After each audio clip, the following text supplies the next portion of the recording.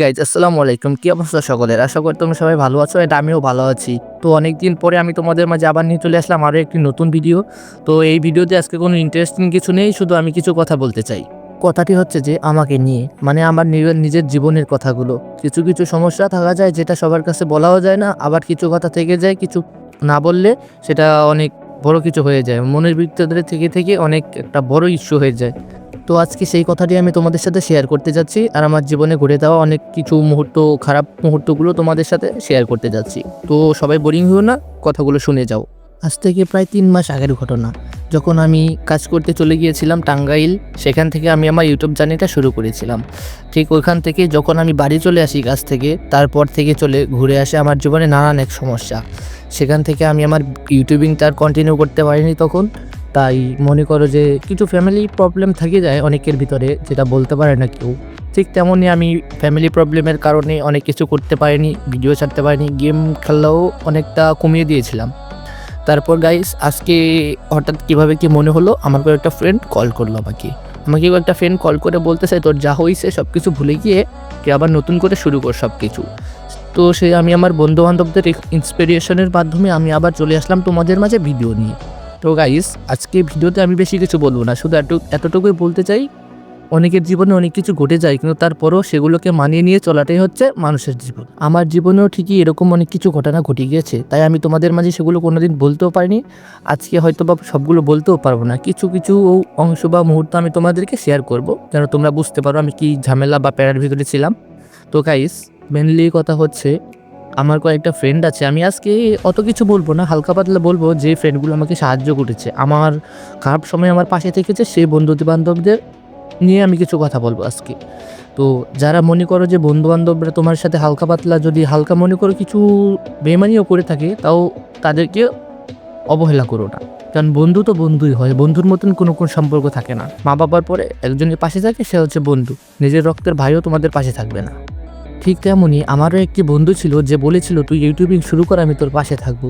কিন্তু সেই বন্ধুটিও 2 দিন পর 3 দিন পর থেকে সেই বন্ধুটিও আমার সাথে আর কোনো যোগাযোগ করেনি। আমি ফোন দিলেও ফোন ধরতো না, আমাকে সময়ই দিত না। মাঝে মধ্যে হয়তো বা ফোন দিলে একটু ধরতো, কিন্তু তারপরে কোনো সময় দিত না।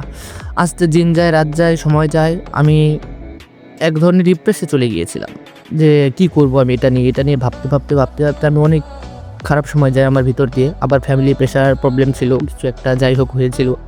তো আমার ভুলের কারণে সব কিছু হয়েছিল। তারপর আস্তে আস্তে অনেক বন্ধুবান্ধব হলো, কিছু বন্ধু এরকমও হলো, তারা আমারে এত সুন্দর ইন্সপিরেশন দিয়েছে যে সেই কিছুর ভিতর থেকে কাটিয়ে এসে আজকে আমি এখন আবার সেই নিজের পায়ে দাঁড়ানোর চেষ্টা করতেছি, আমি আবার ইউটিউবিং শুরু করতে যাচ্ছি। তো গাইস সবচেয়ে বড় কথা হলো, বন্ধুবান্ধবরাই হচ্ছে সব থেকে বড়। তারাই ভাঙতে পারে একটা জিনিস, ধ্বংস করতে পারে, আবার তারাই জোড়া দিতে পারে। হয়তোবা সবাই পারে না, কিছু কিছু আছে পারে, আর অনেকে আছে পারে না। তো কারো নাম প্রকাশ করব না, যারা খারাপ সময়ে পাশে ছিল তাদের নামও প্রকাশ করব না। তো না হলে মনে করেন যে হয়তোবা বলা যাবে যে বন্ধু-বান্ধবদের ছোট করা হচ্ছে, আবার যাদেরকে বলতেছি তাদেরকেও ইস্যু করা হচ্ছে। এরকম ধরেন অনেক রকমের কথা হয়ে যায়। তার জন্য আমি কারো নাম প্রকাশ করব না, শুধু বলে যাব। এই তো কিছুদিন আগে ধরো আমি আমার একটা ফ্রেন্ডকে বললাম, আর কি এই নতুন ফ্রেন্ডশিপ হয়েছে ওর সাথে আমার। আমি ওকে বললাম যে বন্ধু শোন, আমি তো আমার তো একটা ইউটিউব চ্যানেল ছিল, সেটা আমি এখনও কন্টিনিউ করতে পারছি না কোনো একটা কারণে। তো আমার সেই বন্ধুটি বলল তুই আবার শুরু কর, আমি তোর পাশে আছি, দরকার হলে তোকে আমি সময় দিব। সেই বন্ধুটিকে আমি বললাম তুই কি আমাকে প্রতিদিন একটা করে ভিডিও কন্টেন্ট তৈরি করে দিতে পারবি? সে বলতেছে আমি তো কন্টেন্ট তৈরি করে দিতে পারবো না, তবে তোর সাথে আমি সবসময় আছি, 1-2 কন্টেন্ট আমি তোকে দিব, বাদবাকি কন্টেন্ট তোর ম্যানেজ করে নিতে হবে, অথবা আমি তোকে প্লেয়ার দিচ্ছি, তুই তার কাছ থেকে কন্টেন্ট নিয়ে নিবি। এরকম বন্ধুবান্ধব যদি হালকা সহযোগিতা করে তাহলে তো মনে করো যে আর কোনো দুঃখই থাকে না। তো তাই ওর সেই সাহায্যের কারণে আমি আজকে আবার সেই ভিডিওটি তৈরি করতে বসে গিয়েছি। এখন সারা বিকেলের কাজ শেষ করে আমি মাত্র আসলাম ভিডিওটা কমপ্লিট করার জন্য। এখন গাইস কি আর বলবো, আমি সেই ফ্রেন্ডটা এখন মনে করেন যে অনেক চাপের ভিতরে রয়েছে। সে গেমিং সোর্সে একটু আর কি অনেক অ্যাক্টিভ, তো সে গিল্ড ওয়্যার খেলা করে, গিল্ড ওয়্যার খেলে আজকে গিল্ডের সব কিছু পূরণ করতেছে, তো এখন আমাকে সময় দিতে পারতেছে না। নাহলে গাইস এখন ও আমার সাথে থাকতো। তো মূল কথা হচ্ছে সব বন্ধুবান্ধব এক হয় না, আর কিছু বন্ধুবান্ধব আছে এরকম যার কথা ভোলাই যায় না। তোমরা তো দেখতেই পাচ্তেছো যে এখানে কি সুন্দর ফাইট চলতেছে, এর ভিতরে সব ফেটে ফুটে যাচ্ছে, সব কটা গাড়ি ফেটে গেছে, এখানে আমাদের টিমমেটটা অনেক বিপাকে পড়ে রয়েছে, আমাকেও এপারে যে স্নাইপারের শট দিতেছে। এখন আমি কি করব, আমার এখানে আমাদের শুভ নক হয়ে গিয়েছে, আমাদের সাকিব মল্লিক ভাই মারা গেছে। তো এখানে বেঁচে রয়েছে আমি আর আমাদের ডেমন। এখন আমাদের শুভকে আমি রিভাইভটা দিয়ে এপাশে বেরিয়ে গেলাম। এপাশে বেরিয়ে যাব, কী করা যায় দেখি। উপরে 2-3টা স্কোয়াড বসে রয়েছে, 2-3টে এনিমি উপরে বসে রয়েছে। ওই এনিমিগুলো এখানে উড়াধুরা মারতেছে। এখানে ওরা একটা প্লাস পয়েন্টে রয়েছে, তার জন্য আমরা বেশি কিছু করতে পারতেছি না। এখন দেখা যাক কি হয় গাইস, তোমরা দেখতে থাকো, বেশি কিছু বলবো না। আর একটা সাবস্ক্রাইব করে একটা লাইক করে পাশে থাকো গাইস। তো গাইস, আমার গাড়ি চালানো দেখে আমার একটা কথা মনে পড়ে গেল, যে এখন ট্রেন্ডিংয়ে রয়েছে রিফক্স গেমিং, বাংলাদেশের সব থেকে ভালো জোন পুশার, যারা বাংলাদেশ টপ 1-এর স্কোয়াডে জোন পুশ করে।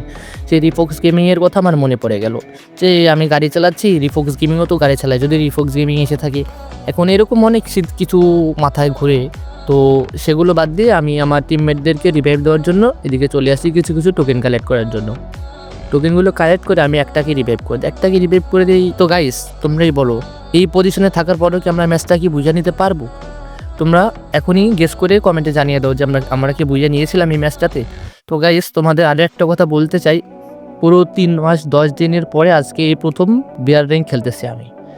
2টা বিয়ার র্যাঙ্ক খেলেছি। 2টার ম্যাচ তো আর এখানে নেই, একটা ম্যাচ দিয়েছে আর একটা ম্যাচ রেকর্ডিং করিনি। তো গাইস, তোমরা এখানে দেখো, দেখে বুঝো যে কিভাবে কি হয়েছিল। আর ম্যাচের ভিতরে আমাকে যেইভাবে ফোন দিয়ে ডিস্টার্ব করতেছিল আর বলার বাইরে, তো কে ফোন দিচ্ছিল সেটা আর বলছি না। তো গাইস, তোমরা বুঝে নাও যে কে ফোন দিতে পারে খেলার মাঝখানে। তো আমি ফোনটা রিসিভ করিনি, এখানে একটা এনিমি সামনে এসেছে, ওকে আমি ধাক্কা দিয়ে জয় বাংলা করে দিলাম, আপলোডও করে দিলাম, তার সাথে এখান থেকে হালকা পাতলা লুট নিয়ে নিলাম। আমার কাছে মেডকিট ছিল না, তো এখানে এনিমিটা এসে আমাকে কিছু মেডকিট দিয়ে গেল। তো এখানে যাচ্ছিলাম, আমি আবার গাড়িতে উঠে গেলাম রিফক্স গেমিংয়ের মতন। রিফক্স গেমিং তো হতে পারবো না, তবে তার নাম ইউজ করতেছে আর কি। তো রিফক্স গেমিংয়ের মতন আমি এখানে গাড়িতে উঠে চলে যাচ্ছে, আমার ফোন উড়াধুরা ল্যাগ দিতেছিল। এখানে আমি হালকা পাতলা ঘুরছিলাম, এখানে আমাদের সাকিব মল্লিক ভাই ডাউন হয়ে গেল, তাকে ফিনিশ করে দিল। আমার ওখানে রয়েছে আমাদের শুভ রয়েছে এখানে পুরো এনিমির স্কোরের মাঝখানে। এখন আমি আর তাকে কী বলবো, দেখুন গাইস, আবার ফোন দিচ্ছে আমাকে। এখন কি বলবো, গেম খেলার সময় যদি কেউ ফোন দেয় অনেক বিরক্ত লাগে। তো সব বিরক্তি কাটিয়ে আমি আবার গেমে ব্যাক করলাম। এখন দেখা যাক কি হয় গাইস, তোমরা দেখতে থাকো। আর 8জন এনিমি বেঁচে আছে, এর মধ্যে আমরা রয়েছে 3 জন আর এনিমি রয়েছে 5 জন।